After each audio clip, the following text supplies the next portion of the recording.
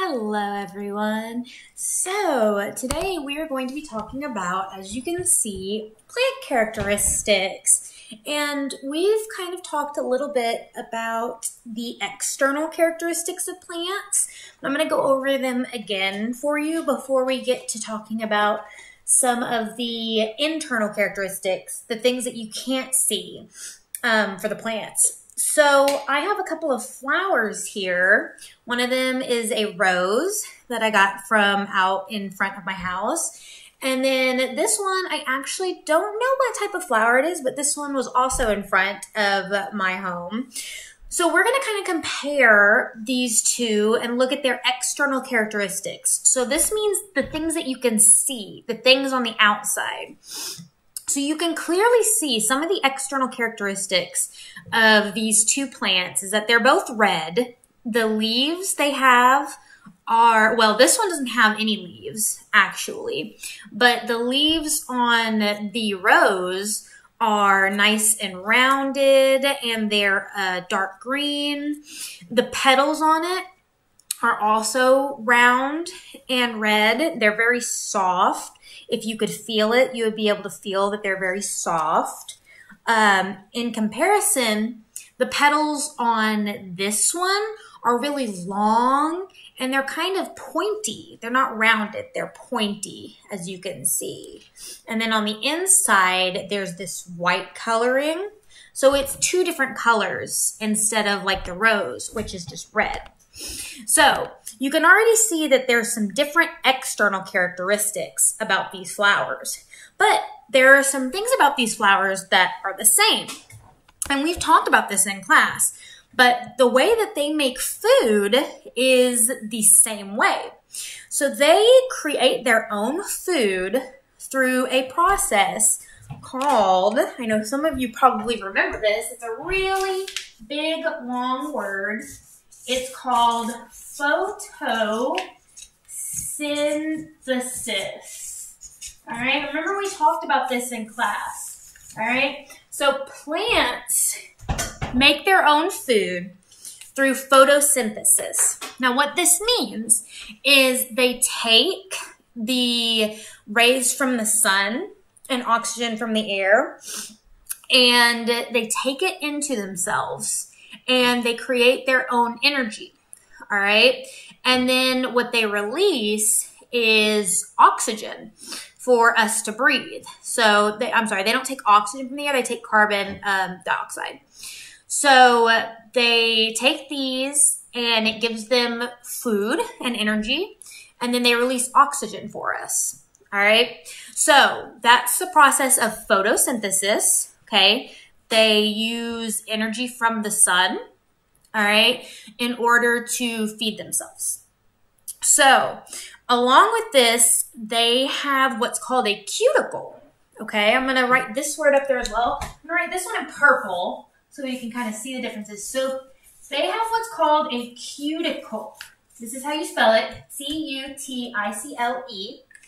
If you've ever felt a flower, you can kind of feel there's like this layer on their petals. It feels a little bit waxy. If you've ever felt wax before, that's what it feels like. So this layer on their petals is meant to keep them from drying out. If you see when water falls, it kind of slips off of their petals instead of getting the petal wet. That's because of their cuticle. So both of these flowers have this cuticle. They have this layer on their petals to keep them from drying out. And that's something that a lot of plants have. It's the same for trees. The leaves on the trees, they have these same cuticles. So like this, these leaves, they have cuticles, all right? And it's very waxy. If you were able to feel it, if you have a flower in your front yard or somewhere near you that you can feel, you'll be able to feel that waxy layer, that cuticle. Along with this, they reproduce normally with spores. So if you remember, I read a book about bees and how bees are the ones that pollinate. So I'm going to write this up here. So reproduce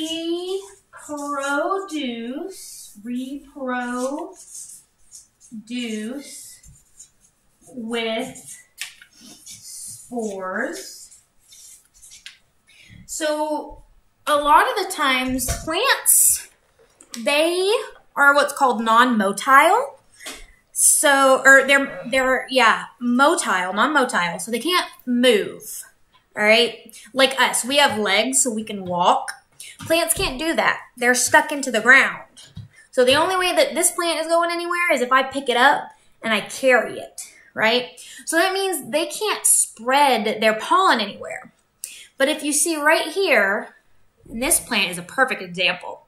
These are the stems that actually release the pollen, and I'm touching it right now, and my finger is getting full of pollen. I don't know if you can see it. See all that yellow on my finger? That's the pollen, the spores from this flower. So this is how this flower reproduces. This is how this flower makes other flowers. What it does is it relies on like birds and bees to come and land on it and take this pollen to other places. So what I mean by reproduce with spores is it has all these this pollen and these spores.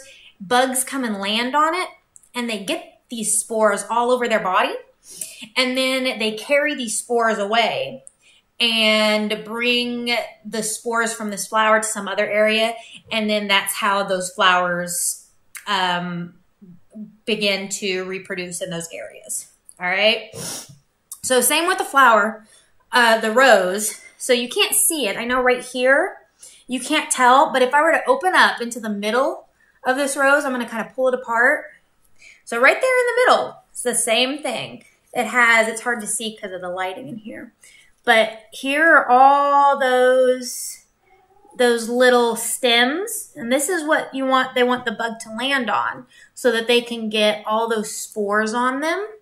And then they can carry those spores and they can take it and plant more rose bushes in other places. This one has quite a bit, actually. If I were to touch it, I feel like I'd probably get it all over my fingers.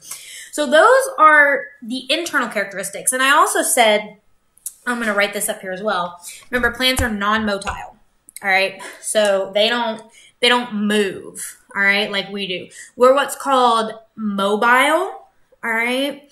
Mobile means that we move. All right. And plants are, as I said, they're non-mobile. So they don't move. All right. So plants, motile, do not move. All right. They don't move. Because remember, they're stuck in the ground, so they can't really move. All right.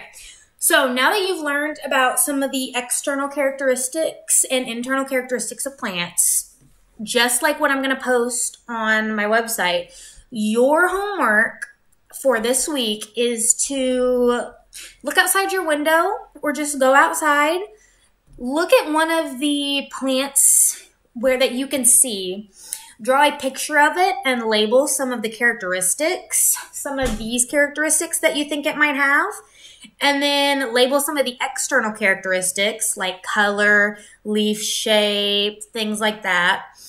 And then draw a singular leaf from that plant, just a shape of it, what it looks like. And make sure that you send a picture of it, or your parent sends a picture of it to me so that I have proof that you did it, okay? All right, everybody, I will see you in the next video. Bye.